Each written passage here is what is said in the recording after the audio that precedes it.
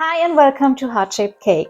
Today we are going to bake a super white cake. I'm going to show you all the ingredients we need and then we are getting started.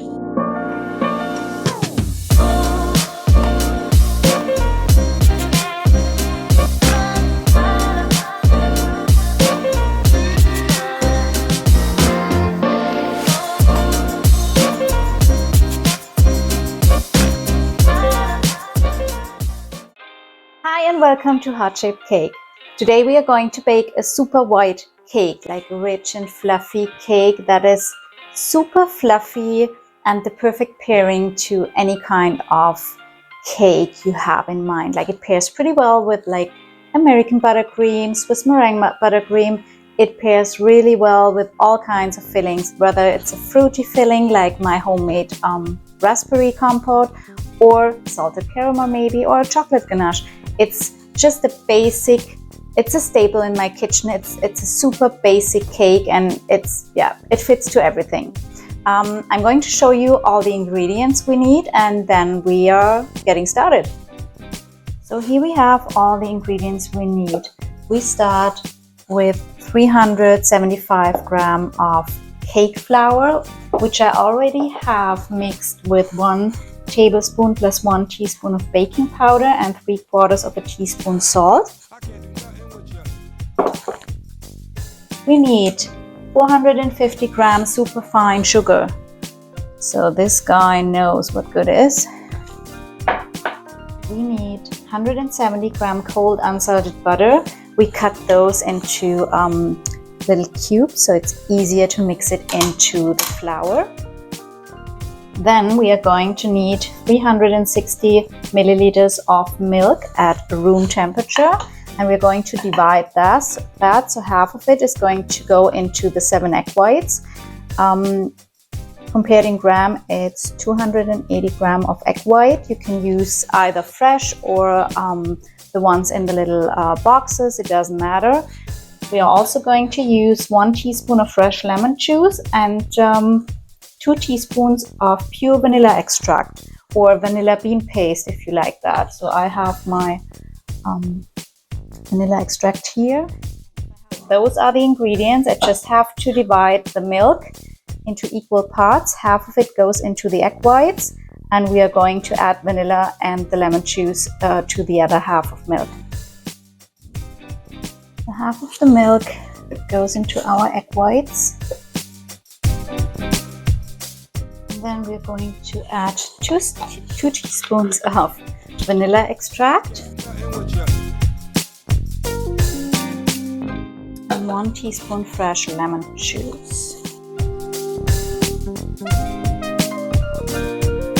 So we start with our flour and just dump it in to our mixing bowl. As I said, it already contains the salt and also the baking powder.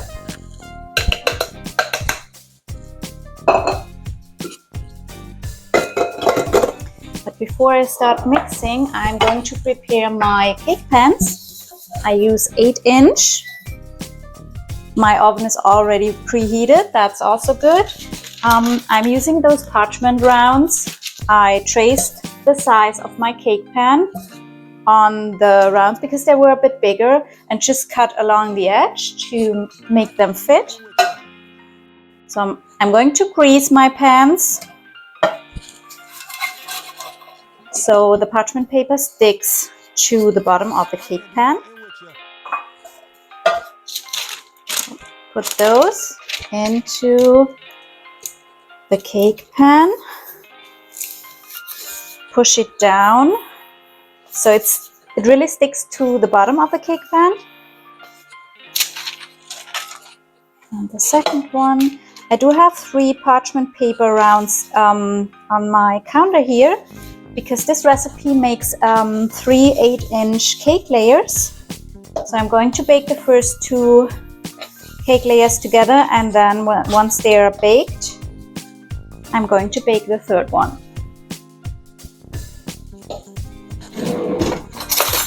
Getting a little bit of flour to put it on the side of my cake pan. So Looks like this. Great. And we start on low speed, just mixing the flour and the baking powder and salt together, and then we're adding our butter cubes. But before we add the butter, of course, we need to add the sugar.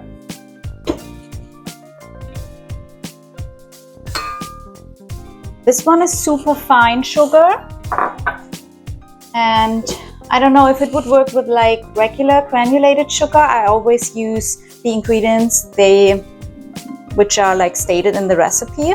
So this one, super fine sugar. Just mix it in so it's all nicely incorporated, and then we are going to add our butter. Let it mix for at least, I would say, 3 minutes, or until it looks like wet sand or cornmeal, if that makes sense. And mix for maybe another minute, but looks pretty good. Like the texture should be like wet sand or cornmeal. That's what we wanted to have before we start adding the wet ingredients. With the flour and butter mixture having the right texture, I'm slowly adding my milk, lemon juice and vanilla while the mixer is on low.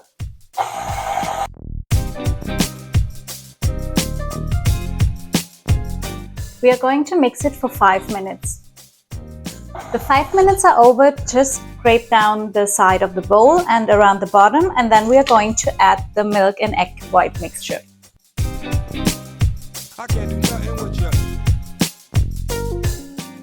Start the mixer on low and then add the egg whites and milk.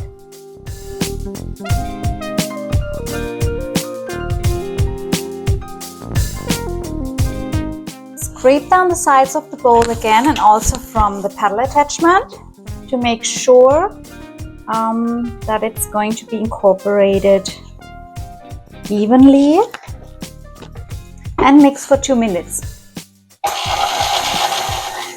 Now I'm just cleaning the paddle attachment and folding the cake batter for like a minute or so. Like, just make sure you don't have any clumps on the bottom of the mixing bowl and on the side. So it's light, airy, fluffy. And I'm going to get the exact weight from this cake batter, so I'm able to divide it evenly into my 3 cake pans. 2 of those I'm baking in the first round, and the third cake layer I'm baking at the second round.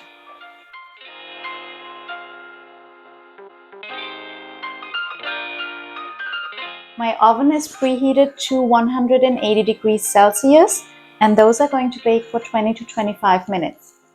So the timer is up for the cake layers. After 20 minutes, I'm going to check with this, or by touching the surface of the cake, if it's completely baked. If not, it takes another 5 minutes.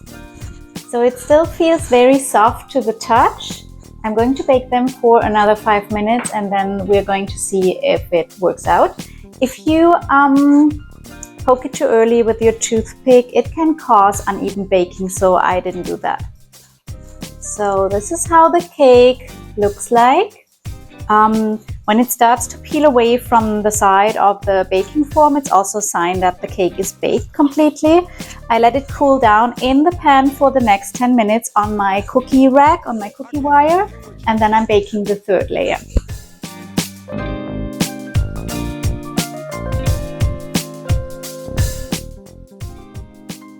Just flip it over.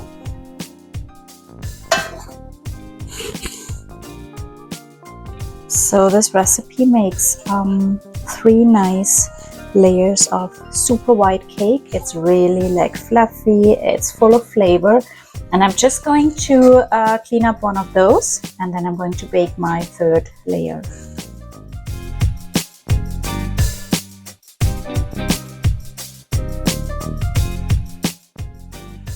Well, this is going to bake for 20 to 25 minutes in the oven. This is my cake layer. Looks great. I'm going to, put a little bit of buttercream in the middle, so the first layer sticks to the cake board. I'm not going to level those cake layers. They are pretty even. And I just try to fill it up with buttercream to use as much of the cake as I can. I just need to remove my parchment paper. Oh, it's pretty sticky. So this means lots of hand washing. So it's a super moist cake, super fluffy, rich in flavor. Of course, I'm gonna have some more of this on my fingers, but that's fine.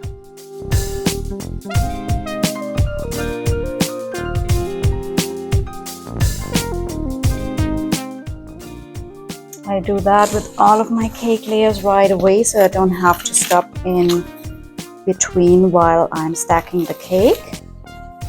On the top of the first layer, this is half a cup. Start with that amount and just add more if you find you need more buttercream. I don't want to do like a really thick layer because I also have the filling, raspberry filling. I'm just going to smooth it out. Like where you can see on the side, like the little difference, we're just going to fill it up with the buttercream. And I also have another tip for you. If you find your buttercream is too soft and the cake layers might, shift or slide away, you can use either parchment paper, or I do have acrylic sheets, and just place them around the cake and use a metal cake ring to stabilize everything. Put it in the fridge, let it firm up, and then you're ready to go. Sometimes if I have really soft fillings, I do that while I stack my cake. So after each layer, I just pop it in the fridge, let the buttercream set, and then I keep going. So you don't have the risk of your layers sliding. Again, my open star tip. And then we're going to just pipe around the cake.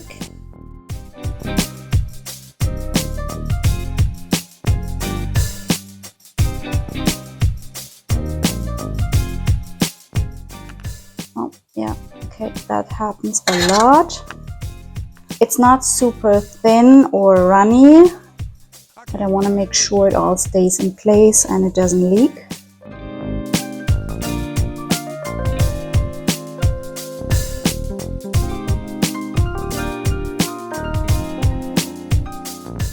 And layer. So if you have the feeling with this step that your buttercream goes out on the side, it comes out here, or it might leak or whatever, just put your parchment paper or acrylic sheet and the cake ring around to make sure it doesn't spill, doesn't leak. I'm also going to fill up those empty spots just with a bit of buttercream. If you prefer a thicker layer of buttercream, go for it. If you don't use any fillings, you can use more buttercream in between. But if I have a filling, I don't overload it.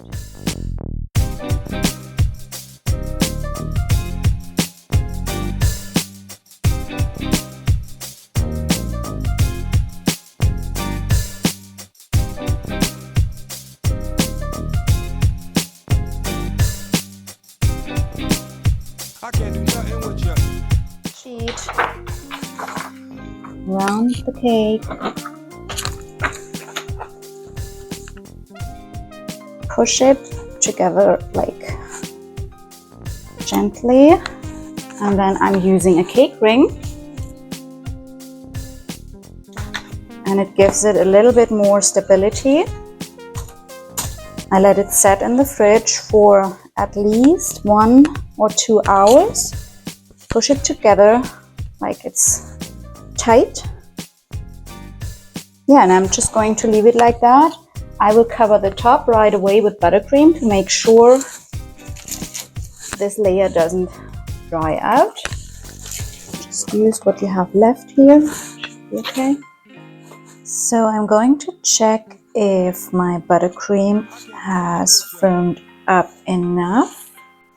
Usually you can just remove this acrylic sheet and it should come off right away without having lots of buttercream on it. There we go. Looks great. And now we can, fill all those little holes with buttercream, do our crumb coating, and put it back in the fridge.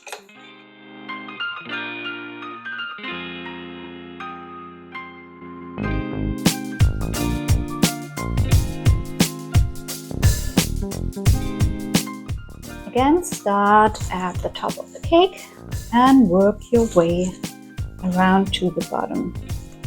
And then I just start working my way around the cake, trying to scrape off any buttercream that's too much, filling up the spots that need more buttercream. Just using my plastic scraper and just go along the side. So I'm going to put the cake in the fridge for half an hour, and then I use my sprinkles. These. The video was not recorded. It just, it shows me some kind of error that the video can't be played. So all I did was adding the sprinkles with my spoon around the bottom on the cake, and then just using my finger and apply those sprinkles a bit further up. And now I'm going to pipe my buttercream design on top. I already have my piping bag here with my favorite piping tip. So I already marked the front of the cake. So I'm just going to get my piping bag and just mark slightly on top of the cake the opposite sides, and then I pipe those first and then fill it up in between. They look really nice, and now I'm just going to add some sprinkles on top.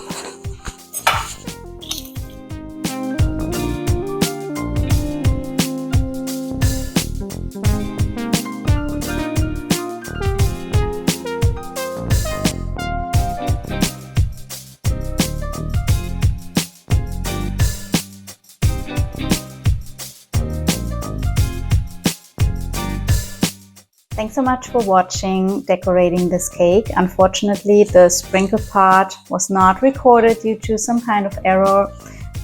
The next time we're doing it better. Don't forget to like and subscribe, and stay tuned for the next videos. Thank you. I can't do nothing with you.